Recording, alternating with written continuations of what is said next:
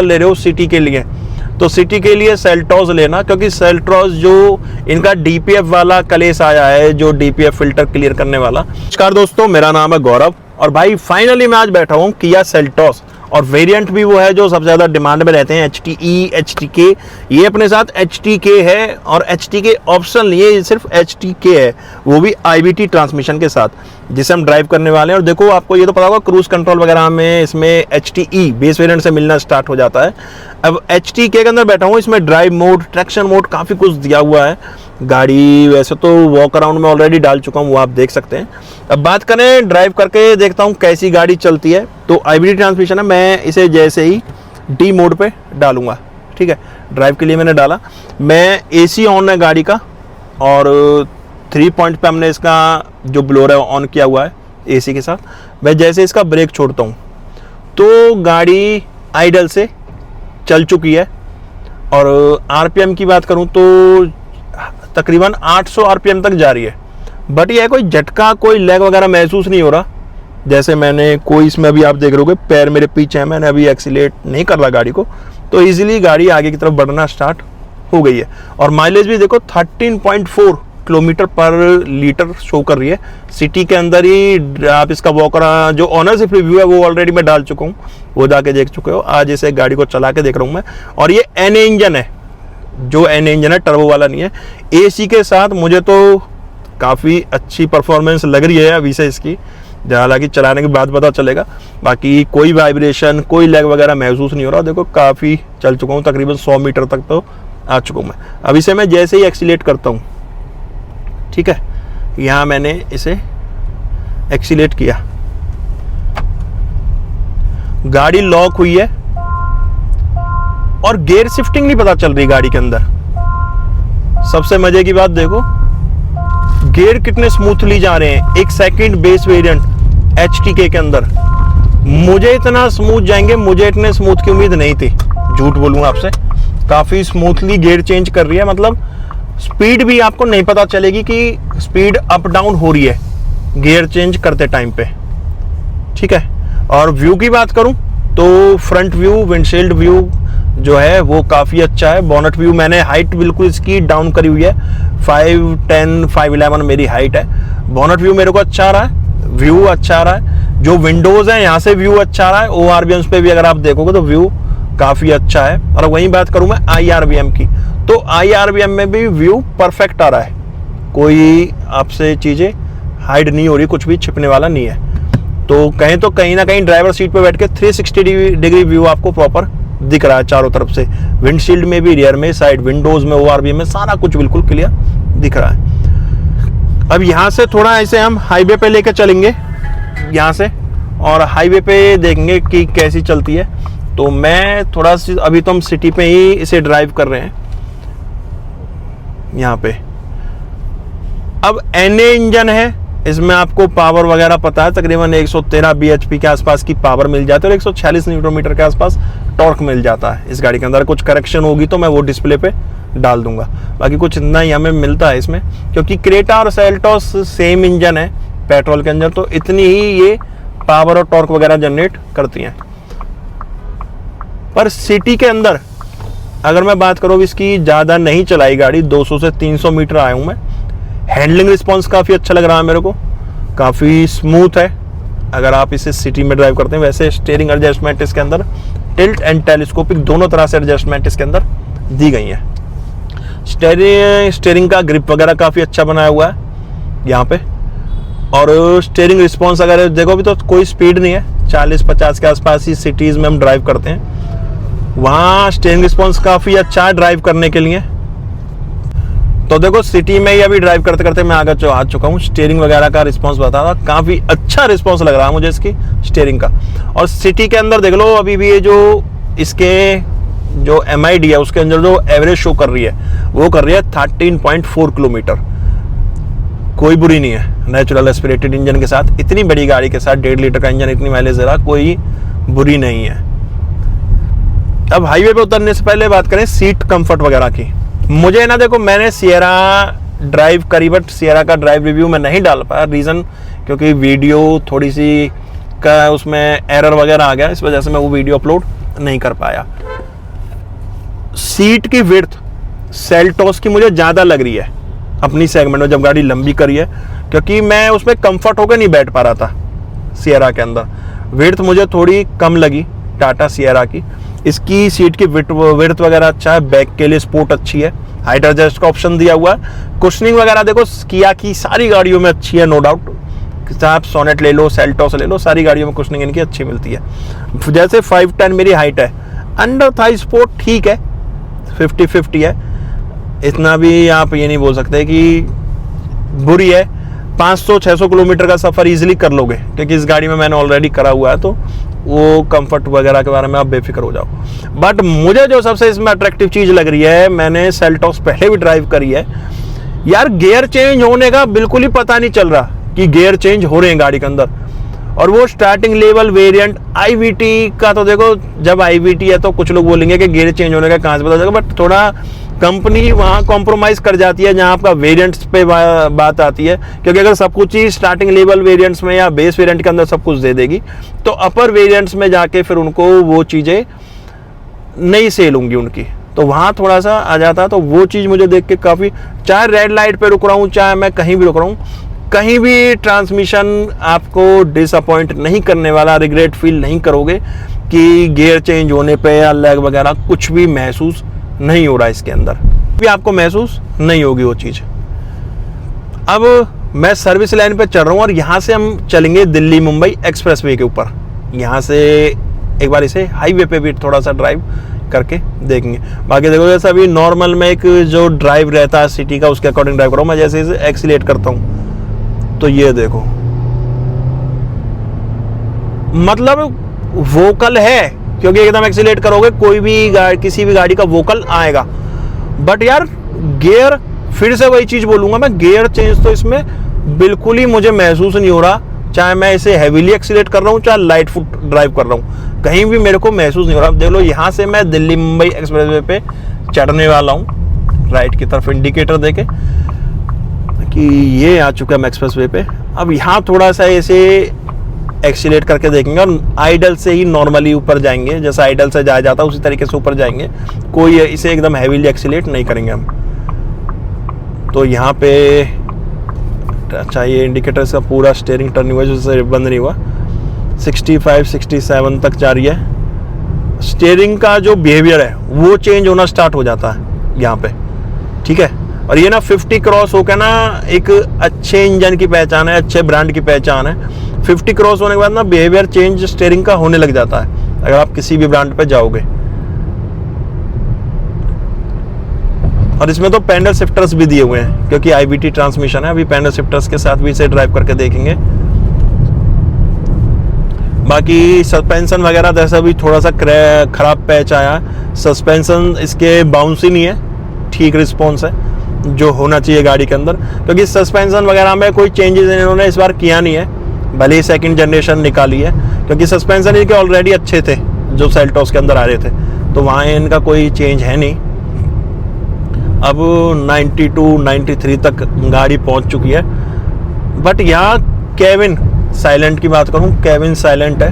अगर मैं इसका AC भी ऑफ कर देता हूँ, ठीक है, यहाँ मैंने AC भी ऑफ कर दिया इसका।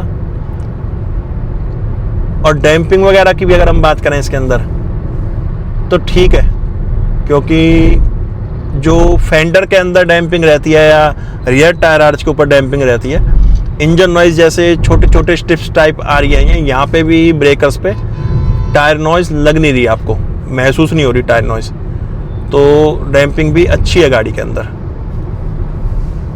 बाकी स्टीयरिंग का रिस्पॉन्स अच्छा। और मैं अगर इसका क्रूज़ कंट्रोल भी सेट करूँ, यहाँ मैंने क्रूज़ ऑन कर दिया और 70 पे क्रूज़ है इसका, ठीक है, 70-71 पे। थोड़ा सा क्रूज़ के साथ भी देखते हैं अपना कैसा रिस्पॉन्स रहता है। अगर स्पीड हमें हाई करनी है तो स्पीड जाएगी इस बटन से, ट्रैक वाले से।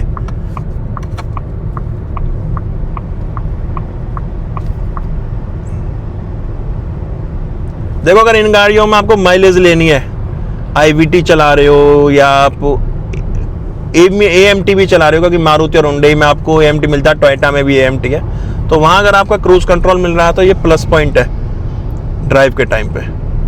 बाकी माइलेज अभी थोड़ी सी घटी है इसकी, क्योंकि मैंने इसे हैवीली एक्सीलेट किया है। तो बाकी ऑनर रिपोर्टेड जो है, जो ड्राइव कर रहे हैं इसे, सौरभ जी, उन्होंने बताया कि दे रही है माइलेज सिटी के अंदर 13-14 की माइलेज ये गाड़ी दे रही है। और मैं जैसे इसका एक्सीलेटर के लिए प्रेस करूँगा तो क्रूज कंट्रोल यहाँ ऑफ हो गया। ठीक है, वापस से सर्विस लाइन पे आएंगे हम यहाँ से निकल के। मैं अब एक्सप्रेसवे से उतर के वापस सर्विस लाइन पे आ चुका हूँ। देखिए गाड़ी में कहीं पावर की, कहीं टॉर्क की कमी महसूस नहीं हो रही।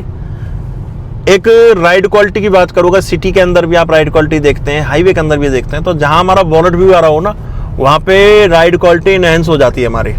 तो राइड क्वालिटी ठीक है गाड़ी की, क्योंकि स्टीयरिंग रिस्पॉन्स काफ़ी अच्छा आ रहा है, व्यू काफ़ी अच्छा आ रहा है, तो राइड क्वालिटी अच्छी होनी है। और रिलायबल इंजन है, इंजन नॉइज़ बहुत कम है, कैबिन के अंदर साइलेंट इंजन है काफ़ी ज़्यादा। स्टीयरिंग रिस्पॉन्स में जैसे सर्विस लाइन पे चल रहा हूँ, आगे भी आप देखोगे ट्रैफिक वगैरह के अंदर भी अगर हम निकल रहे हैं तो स्टीयरिंग रिस्पॉन्स बहुत अच्छा है। कहीं भी आपको लो स्पीड पे जाने में ये कमी महसूस नहीं होगी कि इंजन नॉइज़ एक्सीलेट करने पे इंजन नॉइज़ ज़्यादा है या गियर चेंज होने में कोई दिक्कत आ रही है, कहीं आपको कमी महसूस नहीं होने वाली उस चीज़ को लेके। बाकी सेल्टॉस, अगर मैं इंजन की बात करूं, ड्राइव रिव्यू की बात करूं, तो ऑलरेडी ड्राइव रिव्यू इसका इंजन सेम है, सिर्फ बॉडी स्ट्रक्चर चेंज हुआ है, वही इंजन है, इंजन में कोई चेंजेस नहीं हुए, काफ़ी रिफाइंड इंजन है, मज़ा आ रहा है गाड़ी को ड्राइव करने के अंदर। और मैं इसे एक्सप्रेसवे से सिर्फ सिटी के अंदर सर्विस लाइन पे इसी वजह से लेकर आया हूँ कि प्रॉपर मैं इस गाड़ी को समझ सकूँ। क्योंकि देखो सेल्टॉस मैंने इंजन तो ऑलरेडी ड्राइव करा हुआ है, इंजन के बारे में अगर हम बात करें, जो मैं ख्याल से दूसरी या तीसरी बार मैं रिपीट कर रहा हूँ, और इस वजह से रिपीट कर रहा हूँ क्योंकि काफ़ी लोग स्किप कर देते हैं, तो इस वजह से मैं वो चीज़ रिपीट कर देता हूँ। तो कमी महसूस आपको, अगर आप इस प्राइस सेगमेंट पर गाड़ी देख रहे हो, मैं एक ना बहुत छोटा सा आपको एक कंक्लूजन दे देता हूँ, निकाल कर छोटा सा कंक्लूजन दे देता हूँ। अगर आपको हाईवे पे ड्राइव करना है और अगर आप डीजल पे स्विच होना चाहते हैं, तो देखो कंपटीटर में इसके अगर न्यूली लॉन्च के अंदर बात करो तो टाटा सिएरा पे आप स्विच हो सकते हो। अगर आपको सिटी के अंदर ड्राइव करना और आप सिटी के अंदर डीजल ले रहे हो, हालांकि हम ड्राइव पेट्रोल कर रहे हैं, अगर आप डीजल ले रहे हो सिटी के लिए, तो सिटी के लिए सेल्टॉस लेना, क्योंकि सेल्टॉस जो इनका डीपीएफ वाला कलेस आया है, जो डीपीएफ फिल्टर क्लियर करने वाला, किया के पास वो टेक्नोलॉजी है, जिसके लिए डिटेल वीडियो मैंने ऑलरेडी बनाई हुई है, किस पार्ट की जरूरत पड़ती है, तो वो टेक्नोलॉजी है। ये 1500 आरपीएम पे अपने डीपीएफ को क्लियर कर देते हैं, वहीं सिएरा 2500 आरपीएम पे जाके क्लियर कर पाती है, और वो भी रेगुलर चलने के बाद, जब तक उसका एग्जॉस्ट गर्म नहीं होगा, जब तक डीपीएफ क्लियर नहीं होगा। और इसका डीपीएफ आप 1500 आरपीएम पे इसका एग्जॉस्ट इतनी हीट ले लेता कि वो डीपीएफ को क्लियर कर सके। तो कंक्लूजन ये है कि अगर आप लेना चाहते हैं सिटी ड्राइव के लिए और डीजल लेनी है, आपको पेट्रोल लेनी है, अगर डीजल भी लेना चाहते हैं, क्योंकि डीजल ज़्यादा प्रेफर करते हैं लोग सेल्टॉस वगैरह में, क्योंकि इंजन इनका माइलेज अच्छी देता है, लोग माइलेज देखते हैं, जो वैल्यू फॉर मनी कंसीडर करते हैं, तो वहाँ पे आपके लिए सेल्टॉस बेस्ट रहने वाली है सिटी के लिए। अगर आपको डीपीएफ के चक्कर में नहीं पड़ना, सर्विस सेंटर के चक्कर नहीं काटने। और ये सिर्फ टाटा नहीं है, काफ़ी ब्रांड्स के साथ है डीपीएफ चौक होने वाला कलेस। ये सिर्फ Hyundai और किया के पास टेक्नोलॉजी है, कोरियन ब्रांड्स के पास, जो ये हमें दे पा रहे हैं और 1500 आरपीएम पे डीपीएफ अपना क्लियर कर देते हैं। तो वहाँ आप सेल्टॉस या क्रेटा, दो ऑप्शंस अवेलेबल है। न्यूली लॉन्च आपके पास सेल्टॉस है, जो कि अपनी सेगमेंट में सबसे लंबी गाड़ी है, स्पेस काफ़ी अच्छा मिल जाता है, ये गाड़ी ले सकते हो आप। और क्रेटा की देखो अपनी एक अलग मार्केट है, वहाँ लोग वो तो कह रहे हैं भौकाल पे बिक्री है क्रेटा, तो वो एक अपनी अलग सेगमेंट हो गई। अगर आपको लेनी है पेट्रोल में, तो पेट्रोल में आपकी चॉइस रहेगी, आप सिएरा पे स्विच होना चाहते हो या सेल्टॉस पे लेना चाहते हो। बट मैं आपको एक छोटा सा डाउट क्लियर कर दूं, कुछ लोग कमेंट करेंगे कि टाटा सिएरा के साथ हमें न्यू इंजन मिल रहा है, तो भाई टाटा सिएरा अगर आपको हाइपीरियन लेना है उनका इंजन, तो हाइपीरियन के प्राइस स्टार्ट होते हैं 17.99 लाख से, 17,99,000 रुपये से आपको हाइपीरियन मिलना स्टार्ट होगा, जो इनका न्यू इंजन है। बाकी रेवेट्रॉन नहीं मिलेगा आपको अगर आप उसे लोगे पेट्रोल के अंदर, और डीजल में लोगे तो क्रियोजेट मिलेगा, जो कि आप ऑलरेडी टाटा नेक्सॉन के अंदर ड्राइव कर चुके हो या ड्राइव कर रहे होगे। तो इंजन का यहाँ फ़र्क आ जाता है। और सेल्टॉस में तो देखो एक इंजन इनका शुरू से आ रहा है, तो वहाँ वो चीज़ नहीं बोल सकते। और बात करें हम माइलेज की, देखो सेल्टोस का माइलेज अभी भी 13 पे मैं कह रहा हूँ, इसकी MID माइलेज गलत दिखा रही है। मैं 5 पॉइंट पीछे जाता हूँ, क्योंकि अगर एक्यूरेशन की बात करें, हम एक्यूरेटी की बात करें, तो एक्यूरेट जो माइलेज शो करती है वो सिर्फ एक मारुति ब्रांड मेरे को लगता है जो उनकी MID शो करती है और वही माइलेज वो गाड़ी देती है। किया का मैंने कभी हाईवे पे इतना लंबा ड्राइव करके देखा नहीं, माइलेज नोट करी नहीं, ये चीज़ नोट नहीं करी कि कितना फ़र्क आता है। माइलेज तो नोट करी, बट ये चीज़ नोट नहीं करी। मैं इसमें 13 किलोमीटर पर लीटर फिलहाल ये माइलेज शो कर रहा है। मैं कह रहा हूँ ये 12.5 दे रही है, 12 भी दे रही है। 1.5 लीटर नेचुरल एस्पिरेटेड इंजन के साथ अगर आप आपको ये सिटी के अंदर 12 की माइलेज दे रही है। वैसे ऑनर रिपोर्टेड 13 है इसकी, 13 साढ़े 13 के आसपास, बट अगर 12 साढ़े 12 किलोमीटर पर लीटर भी माइलेज NA के साथ आपको दे रही है, IVT जैसे ट्रांसमिशन के साथ, तो ठीक है, इनफ है इतने बड़े इंजन और इतनी बड़ी गाड़ी के साथ में। और अगर आप डीजल में से लेते हैं तो डीजल में आपको अच्छी माइलेज इसकी मिली जाती है 20+ में। वहीं अगर आप हाइपीरियन देखोगे, मेरा टाटा सफारी मैंने मीडिया ड्राइव करा था, फरीदाबाद में उसका मीडिया ड्राइव था, मैंने 100 किलोमीटर ड्राइव करा उस गाड़ी को। वही इंजन है जो सियरा के अंदर आपको हाइपीरियन इंजन मिलता है 1.5 लीटर का टर्बो। उसने मुझे इसी दिल्ली मुंबई एक्सप्रेसवे के अंदर 100 किलोमीटर ड्राइव के अंदर tank to tank mileage test करी है, वीडियो भी जाके चेक कर सकते हो आप। 10.72 किलोमीटर पर लीटर की माइलेज शो करी है उस गाड़ी ने, शो नहीं करी, दी है टैंक टू टैंक। जो शो कर रही थी वो 11.8 कर रही थी, बट जो माइलेज निकल के आई कैलकुलेशन के बाद, तो वहाँ वो 10.72 किलोमीटर की निकल के आई है। आप यहाँ माइलेज का आइडिया लगा सकते हो यार। रिफाइंड के चक्कर में देखो, जो चीज़ मुझे सेल्टोस को चलाने में मज़ा आ रहा, मेरे को सबसे अच्छा पॉइंट लग रहा है गाड़ी के अंदर, जो अगर आप ड्राइव करके देखोगे, मेरी वीडियो पे मत जाओ, मेरी बातों पे मत जाओ, आप ड्राइव करके देखो, विजिट करो कि आप एक बार। और ये कोई प्रमोशन वीडियो नहीं है, जो रियलिटी होती है वो मैं आपको दिखा रहा हूँ, वो चीज़ मैं आपको बता रहा हूँ, रियल वर्ल्ड जो आप लोग फेस करते हो। गाड़ी गियर चेंज होते हुए किसी स्पीड पे हम टेक्निकली जाके चेक करते हैं, बट मेरे को भी जज करना मुश्किल हो गया कि इसके कहाँ गियर चेंज हो रहे हैं। इतने स्मूथ गियर चेंज की मुझे एक्सपेक्टेशन नहीं थी किया से, जो मैंने इसके अंदर देखी है। मैंने अदर ब्रांड भी चलाए हैं, DCT ट्रांसमिशन भी ड्राइव कर रखा है, मैंने MG का CVT भी चलाया जो कि नेक्स्ट लेवल। और अगर आप CVT की बात करते हो तो होंडा का CVT ट्रांसमिशन सबसे ऊपर है, उसमें भी गियर चेंज होने में पता चलता, बट इसके अंदर मुझे पता नहीं चल रहा कि कहाँ गाड़ी के अंदर गियर चेंज हो रहे हैं, कहाँ गाड़ी अपना आप गियर को अप डाउन कर रही है स्पीड के अकॉर्डिंग। जैसे रेड लाइट पर कहूँ तो कहाँ शिफ्टिंग होगी। तो अगर आप इसमें HTE और HTK में अगर IVT लेते हैं तो नो डाउट देख सकते हो, टेस्ट ड्राइव लो जाके। मैं नहीं कह रहा आप सेल्टोस लो, बट एक बार चला के देखना गाड़ी को, मेरा कहना ये है। और देखो बेस वेरिएंट से आपको यही स्क्रीन मिलेगी, Android auto, Apple CarPlay wireless मिल जाता है, रिवर्स कैमरा मिल जाता है। देखो मैं इसमें रिवर्स गियर लगाऊंगा तो रिवर्स कैमरा की क्वालिटी भी आप यहाँ पे देख सकते हो, नंबर तक आप इसके अंदर रीड कर सकते हो। कैमरा क्वालिटी काफ़ी अच्छी दी है, विद गाइडलाइंस आपको कैमरा इसका रिवर्स के लिए मिलेगा। वापस डी मोड में मैंने डाल लिया, देखो कैमरा इसका अभी भी ऑन है। और HT का ऑप्शन देखो, ये चीज़ मैंने अभी देखी है, मैं इसे ड्राइव कर रहा हूँ, ठीक है। ये मैं पहले से होम बटन पे आ जाता हूँ, देखो वापस आ गया। इसमें ना रियर व्यू ड्राइव के टाइम पे, ये देखो प्रॉपर रियर व्यू आप ड्राइव के टाइम पे ले सकते हो। कि मेरे को इसका याद नहीं था कि HT के ऑप्शन के अंदर, HTK के अंदर भी मिलती है। अपर वेरिएंट्स के अंदर देखा था, बट अब इन्होंने HTK के अंदर भी ये दे दिया। देखो कहीं ना कहीं आपका डिजिटल IRVM का काम कर रहा है ये, अगर आप इसको यूज नहीं करना चाहते तो। और क्लियरिटी देखो, रिवर्स गियर पे फिर भी स्क्रीन छोटी आ रही थी, बट रिवर्स जो व्यू के साथ कितनी अच्छी स्क्रीन क्वालिटी इसकी आ रही है, काफ़ी प्यारा व्यू आ रहा है। और रात में तो देखो अच्छा आएगा, कैमरा क्वालिटी अच्छी है, तो उसे हम नहीं बोल सकते कि कैमरा क्वालिटी हमें अच्छी नहीं मिलेगी। और इस गाड़ी के अंदर आपको hand brake, electric hand brakes दिए गए हैं, यहाँ पे डाउन हिल कंट्रोल दिया गया है, ऐसे ऐसे फीचर्स है, वो मैं वॉक अराउंड में ऑलरेडी बता चुका हूँ, वो जाके आप देख सकते हो। बाकी मेरी तरफ से जो ड्राइव रिव्यू जो मैंने आप लोगों के साथ शेयर करा, टॉर्क पावर में कहीं कमी नहीं है, स्टीयरिंग रिस्पॉन्स अच्छा है, 360 डिग्री व्यू अच्छा मिलेगा आपको ड्राइवर सीट पे बैठने के बाद, सीट कंफर्ट अच्छा है। और आप खुद भी चला के गाड़ी को देखो एक बार, अगर कोई गाड़ी कंसीडर कर रहे हो इस सेगमेंट पे मिड साइज SUV में। बाकी हम मिलेंगे नेक्स्ट वीडियो में, जब तक टाटा बाय बाय, भारत माता की जय।